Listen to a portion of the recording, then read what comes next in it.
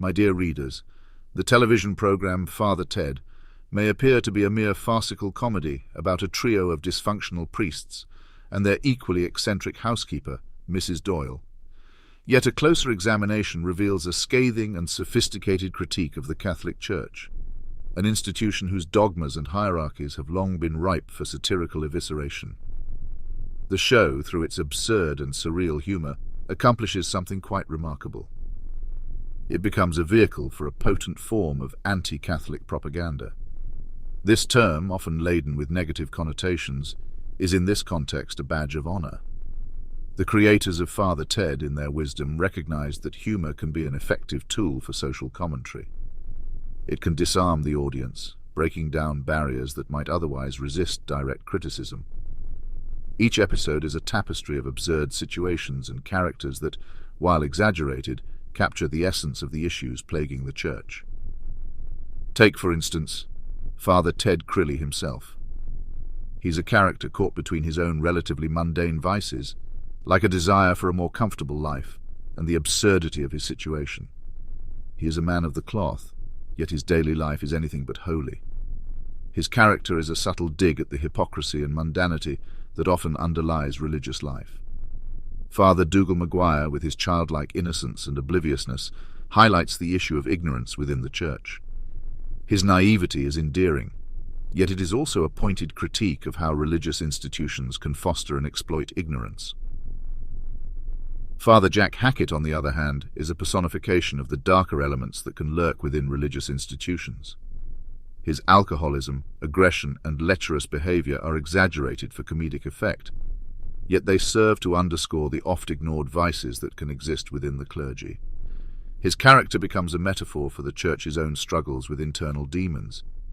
The brilliance of Father Ted is that it never comes across as mean-spirited.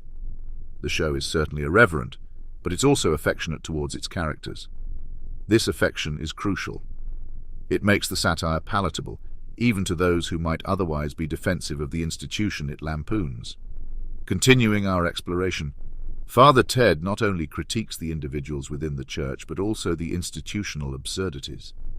The very setting of Craggy Island, a remote and seemingly inconsequential place, is a metaphor for the marginalization and irrelevance into which much of religious authority has receded in modern society. The island is a microcosm, a stage where the Church's outdated practices and beliefs are played out in full absurd glory. The character of Mrs. Doyle, the housekeeper, extends this critique to the often overlooked role of women in the Church. Her relentless dedication to serving the priests, often to the point of absurdity, is a subtle commentary on how the traditional structures of the Church have marginalized and pigeonholed women into servile roles. Her famous catchphrase, "Ah, go on," becomes an ironic echo of the unyielding persistence of these outdated gender roles. Furthermore, the show's treatment of various religious and moral issues is where its satirical teeth are sharpest.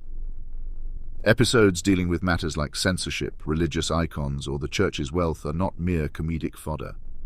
They are incisive critiques of the very real controversies and hypocrisies that have plagued the Church.